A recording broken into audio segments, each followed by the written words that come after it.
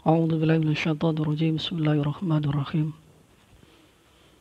لا تدرك الأبصار وهو يدرك الأبصار وهو اللطيف الخبير أعوذ بالله من الشيطان الرجيم رب اشرح لي صدري ويسر لي أمري واحلل عقدة من لساني يفقهوا قولي أما بعد. Assalamualaikum warahmatullahi wabarakatuh. Teman-teman, perlu Anda ketahui, berhati-hatilah dalam bertorekot, berhati-hatilah dalam mencari guru, apalagi mursyid, karena belakangan ini saya mendapatkan video-video yang itu adalah seorang mursyid. Mursyid itu apa? Guru agama yang berbidang dalam torekot, tasawuf, dan mempunyai murid, namanya mursyid. Dia seakan-akan mengajarkan kebenaran tapi salah. Dan saya lihat-lihat faham mereka ada yang tersusupi dengan faham-faham reinkarnasi dan faham-faham akliyah, khayalan belaka. Dan saya yakin mereka belum pernah merasakan fana sesungguhnya, sehingga khayalan-khayalan mereka sangat tidak sesuai dengan Al-Quran. Mereka menggotak-gatukkan Al-Quran, seakan-akan Al-Quran itu dalam artian mereka itu tidak ada ini, tidak ada itu, ini semuanya adalah pelajaran di sini. Bahkan mereka meyakini Nabi Adam itu evolusi dari hewan. Itu adalah sebuah kesalahan yang sangat fatal. Berarti mereka ini belum yu'minuna bil ghaib, tidak meyakini yang gaib. Mereka ini saya yakin tidak pernah melihat alam malakut sesungguhnya dan alam jin yang sesungguhnya.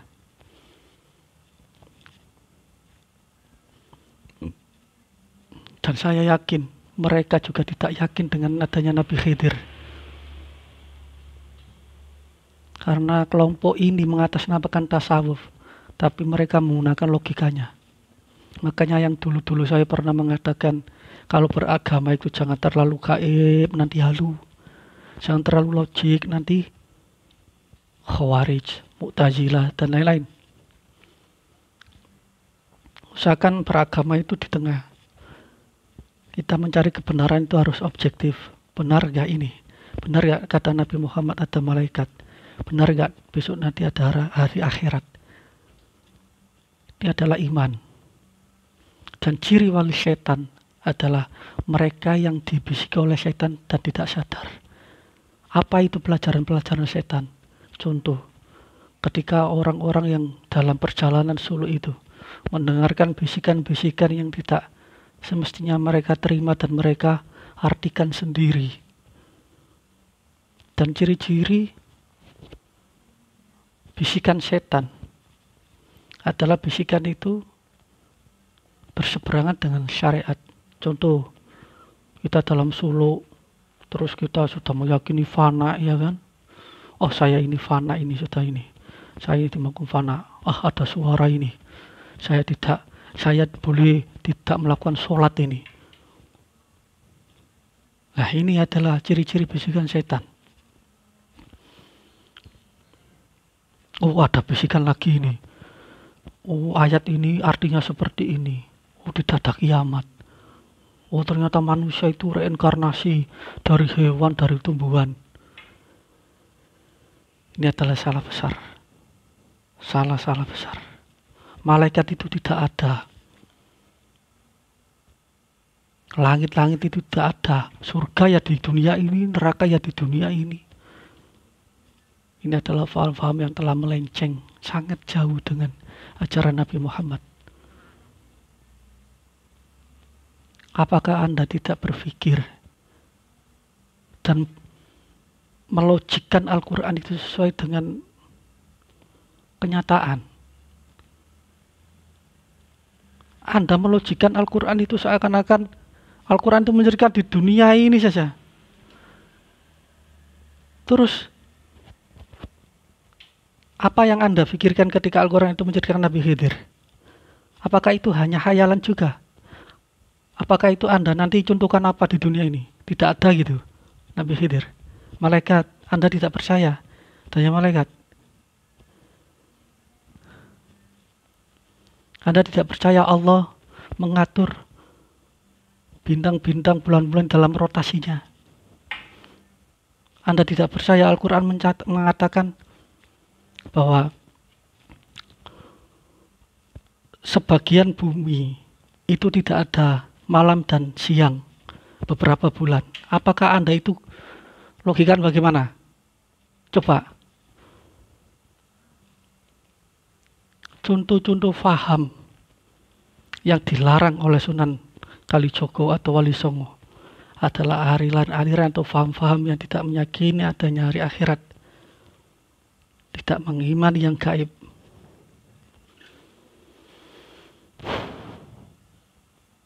Semuanya Anda kotak-gatukkan matuk di Al-Quran. Terus apa kabar?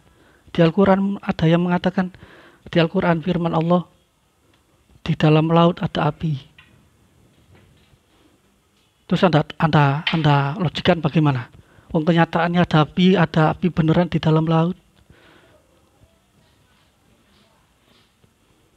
Rabbul Masyriqi wal Maghrib, Tuhan Barat dan Timur. Anda artikan apa itu? Kenyataannya kutub utara, kutub selatan tidak ada kehidupan. Hanya 1-2 orang suku saja.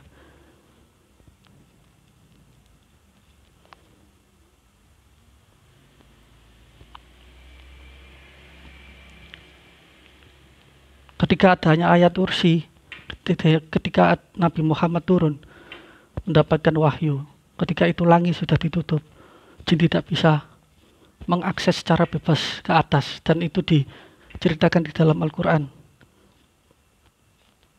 Bintang-bintang yang dekat di langit terdekat itu diciptakan untuk melempari jin. Apakah Anda tidak pernah melihat ada lemparan tapi tidak ada meteor? Itu apa? Artikan apa itu? Coba.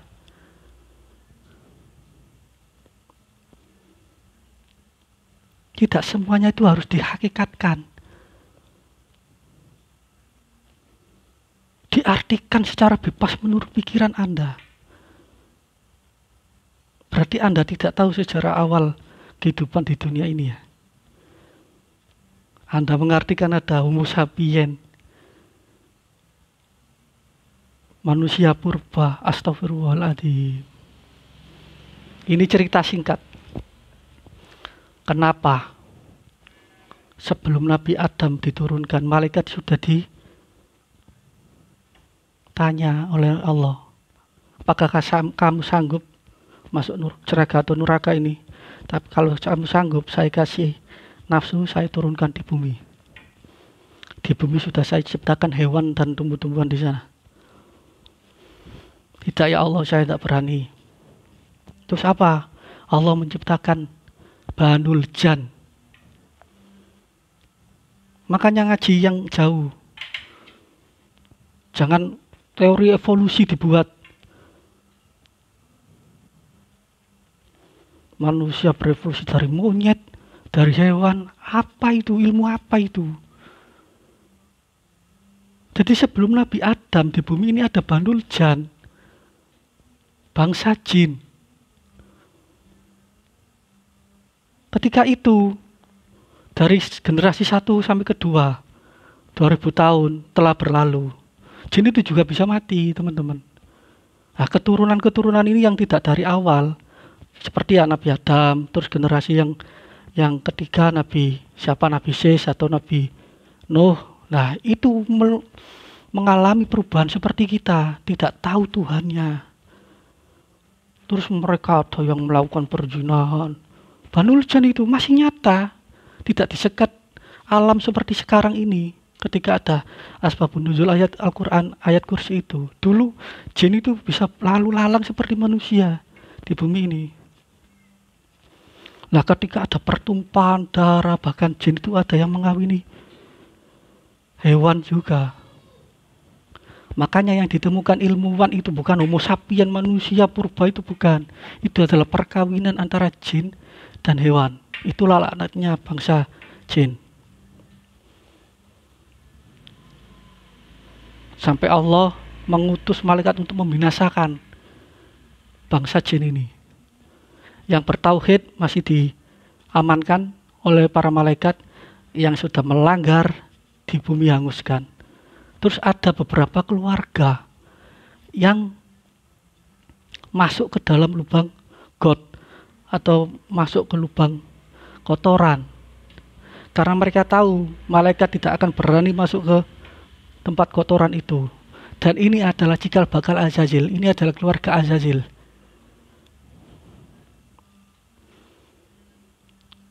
Singkat kata, singkat cerita,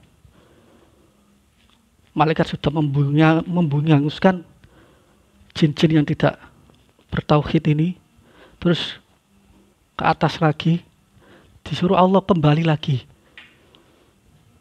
Kembali lagi wahai Jibril dan Malaikat Muqarrabin, kembali lagi, masih ada yang tersisa.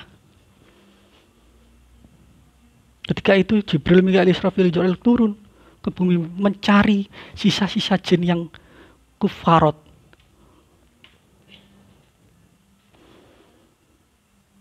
Sehingga singkat cerita muncullah anak kecil yang sangat lucu, yang sangat ganteng. Inilah cikal bakal Azazil. Jibril disuruh membunuh, tidak tega. Mikail disuruh membunuh, tidak tega.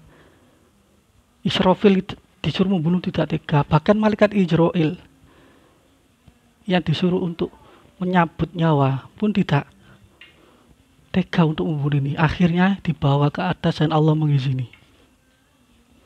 Karena Allah sudah tahu ceritanya.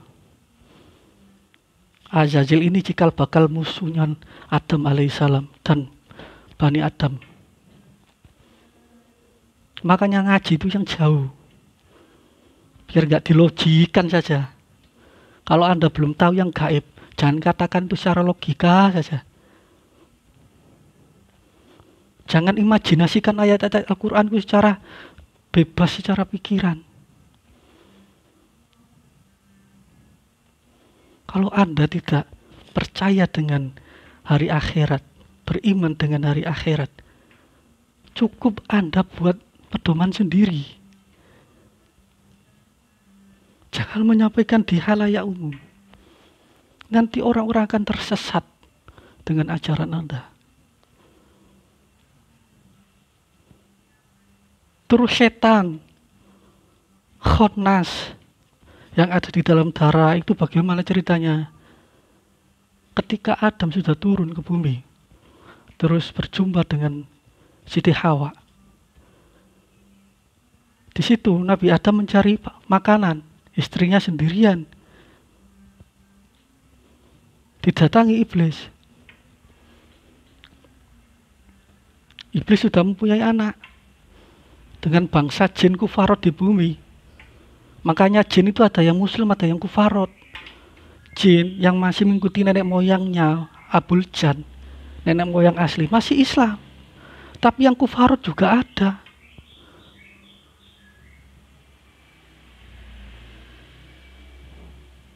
Anda kira Ramadan, terus kata-katanya kiai-kiai yang tidak tahu itu, setan itu diikat, jin itu diikat, tidak ada setan. Itu benar-benar ada, masih ada, bebas. Jin kufarot, jin muslim, masih sama, tidak ada yang mengikat. Yang dikatakan setan itu di dalam diri kita, nafsu, dan ada setan beneran. Nah ini ceritanya. Ketika itu jin membawa anaknya, dititipkan Siti Hawa. Siti Hawa, saya mau titip anak saya. Loh, kok kamu iblis? Saya tidak boleh bertemu sama kamu lagi. Saya tidak akan mengikuti ajaran-ajaran sesatmu lagi. Kata Siti Hawa. Tolonglah Siti Hawa, saya titip anak saya. Karena Siti Hawa itu wanita ya kan, tidak tega, dirawat. Nabi Adam datang. Loh, ini anaknya siapa Siti Hawa? Anaknya iblis. Langsung tidak pakai lama, anak ini langsung dipotong, dikubur. Terus besoknya lagi Nabi Adam keluar lagi mencari makanan, perbekalan untuk hidup. Karena sudah tidak di surga, mereka atau Nabi Adam sudah manual mencari kehidupan di bumi. Dan waktu itu besar-besar Nabi Adam itu masih tinggi, hewan-hewan itu masih tinggi-tinggi teman-teman. Jangan katakan ini berevolusi ya. Pakai ini, minimal pakai ini sama ini. Nanti Anda akan jernih, tidak membuat ajaran sesat. Besoknya iblis datang mengambil anaknya. Dan anak saya mana? Siti Hawa sudah dicincang sudah dibunuh sama Adam. Karena iblis ditangguhkan oleh Allah dan anak turunnya, dia langsung memanggil, anakku datang. Anak ini hidup lagi teman-teman. Terus minta dititipkan di Siti Hawa lagi. Nabi Adam datang. Loh, kok hidup lagi? Dicincang-cincang jadi kecil, dibuang ke laut, dibuang ke gunung. Berpencarlah tubuhnya ini. Besoknya datang lagi iblis. Anakku di mana? Sudah dikasih mati sama Adam alaihissalam. Karena kembali lagi karena ditangguhkan, iblis memanggil anaknya lagi, anakku. Datang lagi, tek menjadi anak lagi. Adam datang lagi. Loh, anak siapa ini kok hidup lagi? Sampai akhirnya anak ini dipotong-potong, ditaruh di kuah, dimakan sama Siti Hawa. Ketika besoknya Nabi Adam keluar, iblis datang lagi. Loh, kemana anak saya? Sudah saya makan sama Adam. Disitulah iblis langsung tertawa terbahak-bahak. Hahaha, saya berhasil. Saya berhasil menempatkan anakku di dalam dirimu dan Adam. Besok anak turunmu akan egois, akan tertutup dengan anakku di situ. Itu ceritanya. Makanya ada setan di dalam darah kita.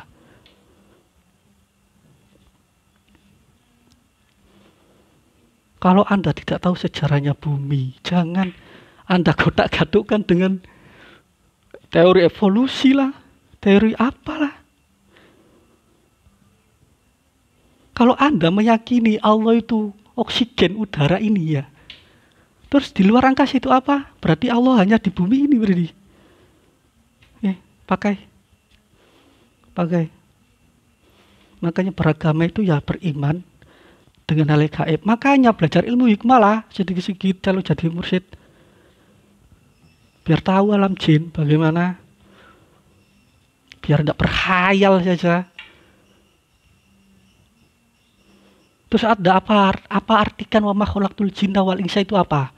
Terus jin itu Anda artikan apa? Tidak ada gitu.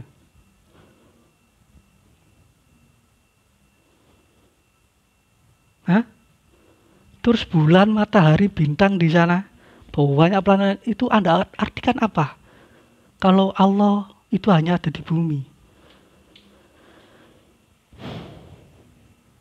Anda artikan apa? Anda pernah tahu tidak? Ada seakan-akan meteor jatuh. Tapi itu bukan meteor anehnya. Nah, itulah yang di surat Al-Mulk itu. Allah menceritakan jin sudah tidak bisa mengakses berita di langit sejak Nabi Muhammad jadi nabi. Dulu dukun-dukun, peramal-peramal, tukang-tukang sihirnya Fir'aun itu bisa mengetahui ramalan-ramalan di atas karena mereka mengambil informasi dari malaikat-malaikat di langit satu. Terus ini Anda artikan apa ini? Wong kenyataannya ada. Anda logikkan bagaimana ini? Makanya minimal yu'minuna bil ghaib, beriman dengan hal yang gaib. Maka akal dan gaiban akan bersatu menjadi kecerdasan. Sehingga Anda akan membenarkan ajaran Nabi Muhammad. Ketika dua-duanya ini tidak imbang, maka Anda akan halu. Kalau tidak, Anda akan kufarot atau tertutup seperti orang-orang khawarij. Anda hanya mengandalkan akal. Setelah mati sudah hilang. Tidak ada hari pembalasan, tidak ada hari kebangkitan. Seperti di dalam Al-Quran Anda artikan sendiri, menjadi hewan lah, menjadi tumbuhan. Apa ini? Ajaran apa ini? Jangan Anda berselubung di dalam ajaran agama Islam. Jangan Anda berselubung di dalam agama Islam.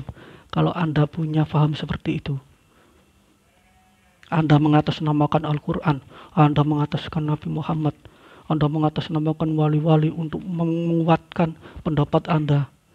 Seakan-akan pendapat Anda, pemikiran Anda ini benar.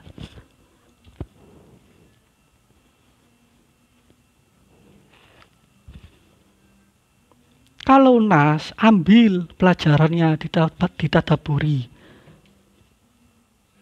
Jangan diartikan yang lain-lain lagi. Nanti Anda akan berseberangan, dan itu adalah salah satu kehululan sesi jenar.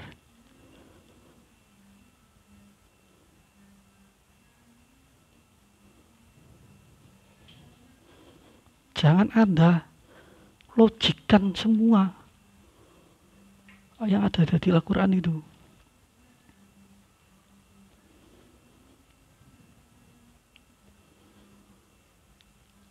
Di Al-Quran mengatakan di antara laut itu ada air yang tawar dan air garam. Air laut itu tidak bisa menjadi satu. Terus ini Anda artikan apa? Anda kan pintar mengartikan secara menafsirkan sendiri, ya kan? Anda katanya terlalu ilmiah. Nah terus buktinya sekarang ada air sungai dan air laut menjadi satu. Dan itu benar-benar ada di dalam Al-Quran. Terus apa? Anda tafsirkan apa ini? Hah? Sesungguhnya ada sebagian bumi yang di situ 1 bulan, bahkan 1 tahun itu tidak ada malam, siang terus. Terus Anda katakan apa itu? Anda tafsirkan apa? Benar-benar sekarang ada.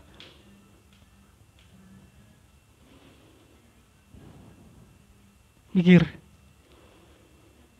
pakai ini. Faham reinkarnasi. Allah ada di bumi. Astaghfirullahaladzim. Apakah Anda tidak melihat bintang di atas? Apakah Anda tidak melihat matahari di atas? Jika matahari itu benda makhluk, kenapa Anda katakan Allah di bumi?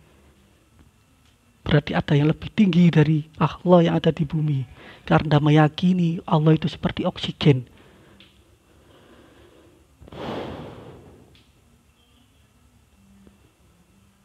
Kurang jelas apa lagi ayat-ayat Allah ini.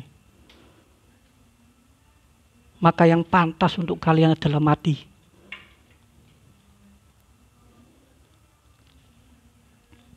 Para mursyid setan ini yang pantas adalah mati. Saya takutkan Anda seakan-akan sekarang itu liko hanya Allah. Antara kalau di alam akhirat, setelah kebangkitan di alam barzah, bukan alam akhirat, mengetahui yang gaib saja, benar-benar mengetahui. Ntar ada hari kebangkitan, Anda melihat surga, Anda, loh kok ada surga beneran? Wah, saya enggak, kalau saya mau ingin masuk surga saja. Ntar seperti itu. Makanya keyakinan itu ditata dari sini, dari hidup ini. Kalau Anda benar-benar ilallah, likok lah, apalah. Siapapun mursyid, jika Anda satu tidak percaya dengan hari kebangkitan, hari kiamat, tidak percaya surga neraka, tidak percaya arsy, tidak percaya langit 1-7, Anda sekarang adalah orang yang sesat dan tersesat. Terima kasih. Assalamualaikum warahmatullahi wabarakatuh.